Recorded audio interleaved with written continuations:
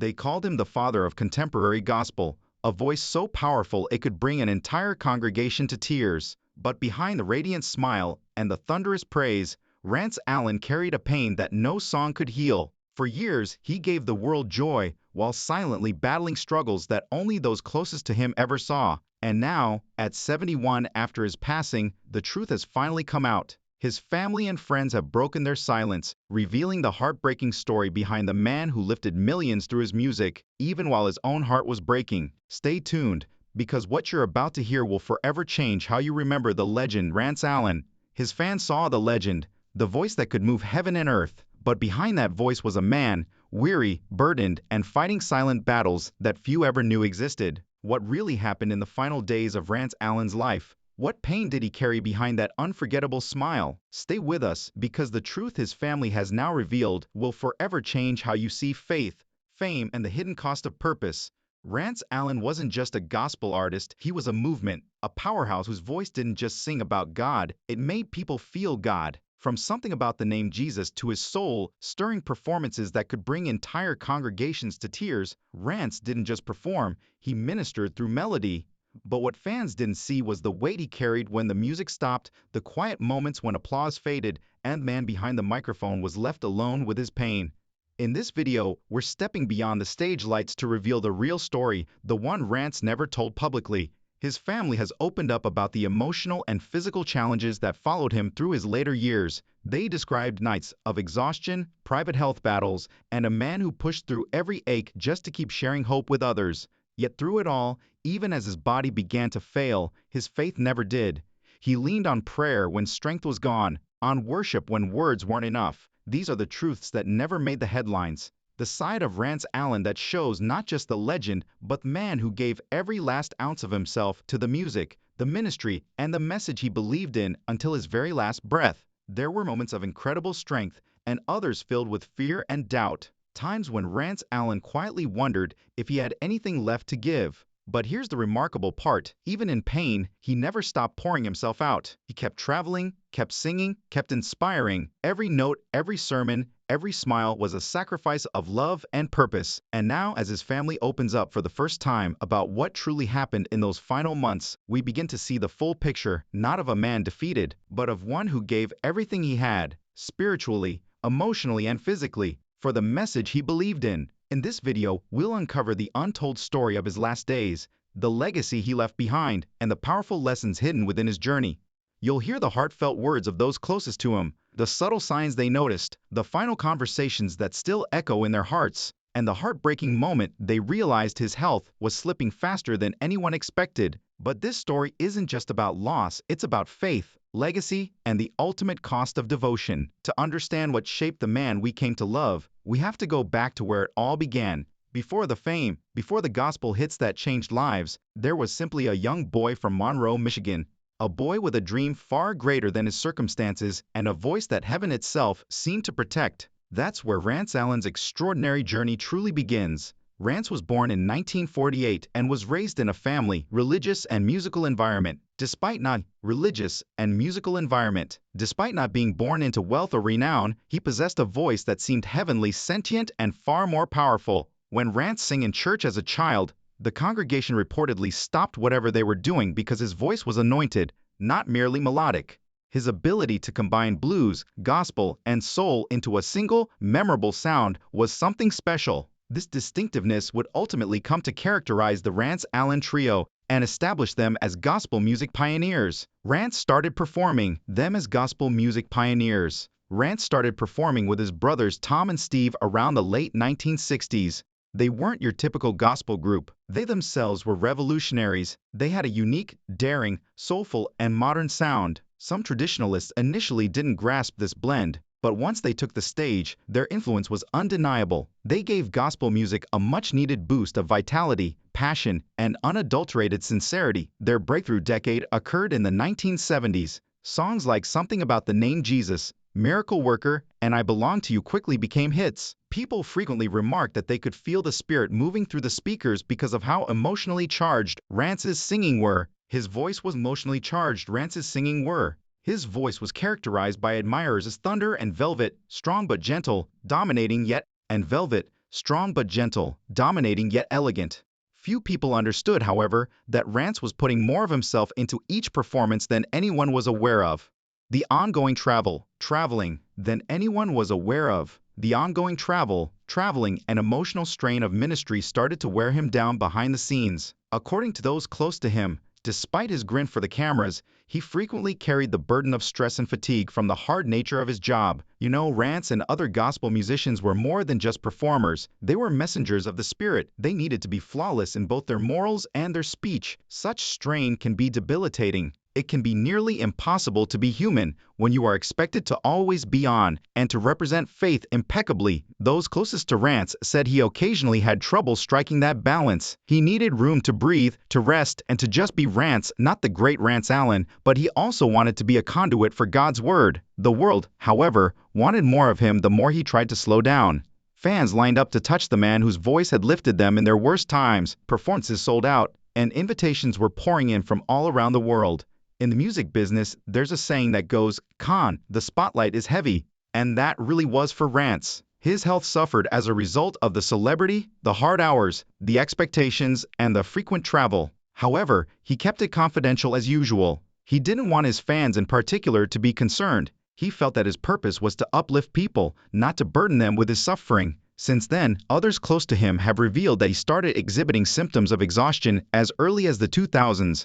Previously effortless performances began to wear him out physically, and lengthy rehearsals became more difficult. But he persisted. He thought he had a purpose as long as he was breathing.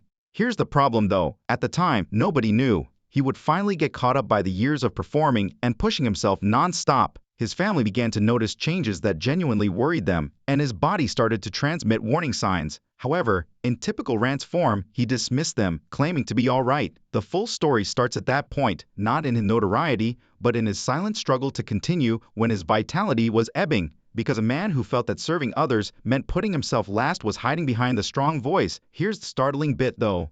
The world wasn't supposed to know. Rance had more than simply physical difficulties. His family would subsequently disclose that years of bearing the responsibilities of others, spiritual exhaustion, and emotional struggles had started to severely damage his soul. The demands made of Rance Allen increased along with his notoriety. He was untouchable in the eyes of the world. His voice had the power to raise large congregations to their feet, and he was a man of heavenly strength. However, most people were unaware of how his body was starting to suffer from that same voice and calling. Perseverance, singing through the storm, pushing through the suffering, and never letting the crowd see you break are all deeply ingrained in the gospel world, and that way of thinking turned into a double-edged sword for Rance Allen. He felt that being weak meant disappointing other people. Rance therefore kept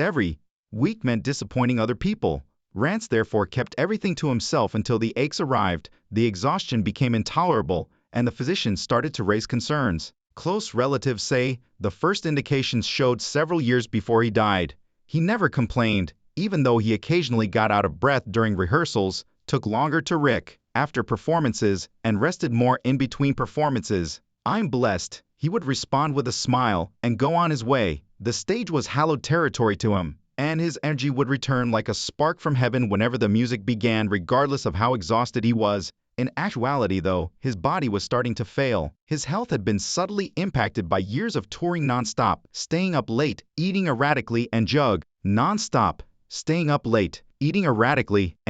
the demands of both ministry and celebrity. Later reports revealed that Rance had battled weight-related concerns and heart-related problems. He was conscious of it, according to those who loved him, yet he always prioritized his mission. He was a man who contributed more than he had, according to one family member. He would accept offers to sing at churches, conferences, and special events even after being urged to take a break. He didn't want to let anyone down. To see him, fans would travel for hours or even days. No matter how much pain he was in, he felt obligated to show up. Many were unaware that the very talent that made Rance a legend, his voice also required everything of him physically. He did not perform passively. He sung from the bottom of his heart, from his chest to his soul and spirit. Every song was a declaration, every note a prayer. However, as the years passed, he started to feel exhausted from those similar performances. It would frequently take him hours or even days to fully recover. There were silent periods of struggle behind closed doors. After performance, there were times when he would sit by himself,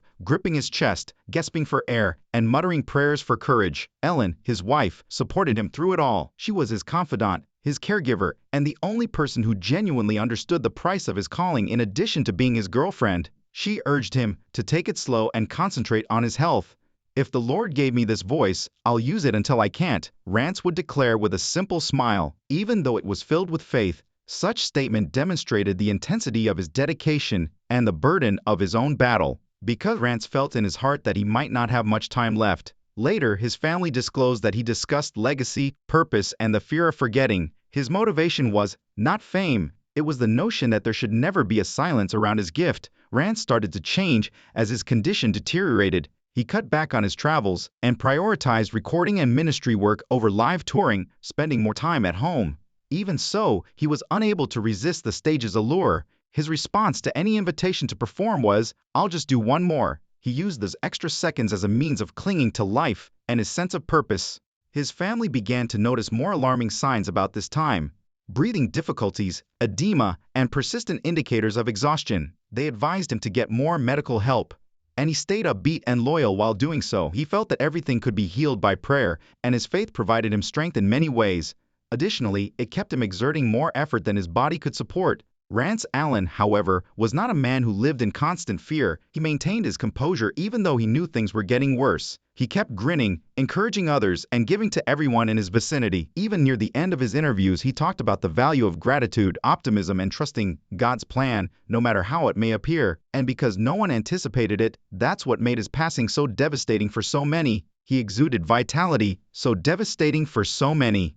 He exuded vitality and spiritual strength. Beneath that dazzling fire, however, lay a man who had been fighting in silence for years. Fans were horrified to learn of his passing in late 2020, but his family was not. They were somewhat relieved that he was at last at rest because they were aware of how long he had been struggling. However, this is where the narrative becomes emotionally charged. You will be moved to tears by what he said to them before he passed away. As the family started sharing details of his last weeks after his death, something changed in the last few months of Rance Allen's life, not just in his physical well-being but also in his soul. Those close to him started to pick up on small changes in his priorities, mannerisms, and speech patterns. Even though he never spoke it out loud, it seemed like he realized his time was running out. Family members report that Rance became more introspective, deliberate in his speech, and more devoted to his beliefs than he had ever been. He would read scripture, listen to old recordings of his concerts, and pray for hours on end. Smiling, he would pray for hours on end. Smiling, he would occasionally sit quietly and remark,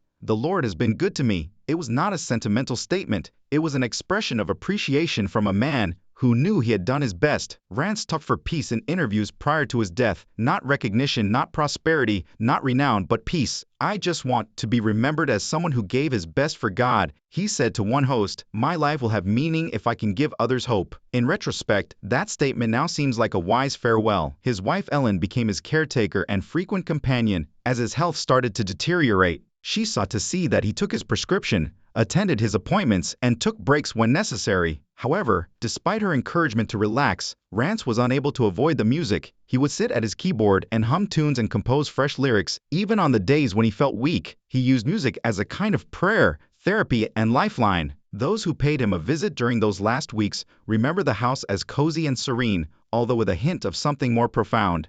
Rance had started discussing heaven more often. He would frequently remark, "I just hope the Lord finds me ready when my time comes." He never sounded scared.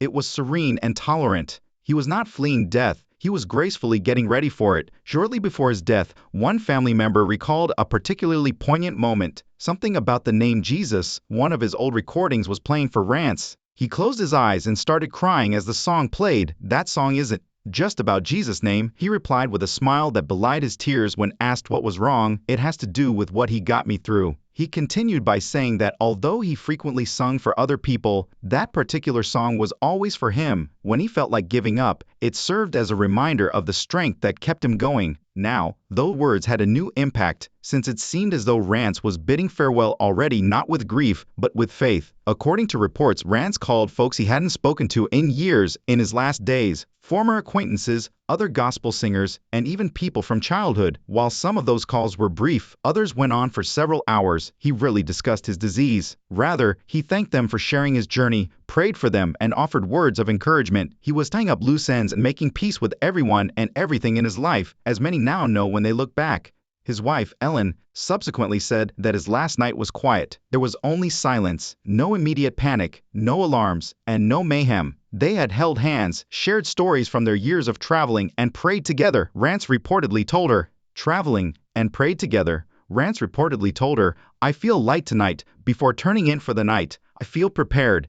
At the moment, she didn't give it much thought. He did, after all, say that a lot. However, Rance was gone when she awoke the following morning. Few could ever equal the legacy of religion, music, and love he left behind when he died peacefully in his sleep. The gospel community was rocked by the news. Globally, singers, fans, and preachers showered social media with homages. A few people shared snippets of his most famous performances. Others related first-hand accounts of how his music impacted their life. He was referred to as a true original by the Gospel Music Association, and his close collaborator Kirk Franklin named him the voice of a generation. Numerous musicians like the voice of a generation. Numerous musicians like Marvin Sapp and C.C. Winan offered their tribute by stating that Rance was more than just a singer. He was a force. It wasn't simply the loss of a legend, though, for his family. It was the loss of a brother, a friend, a husband, and a continuous source of love and fun. Ellen later disclosed that Rance remained happy even in the final months. Despite his health issues, he never allowed suffering to take away his tranquility. He joked and sang old gospel melodies in the kitchen. Rance didn't die empty.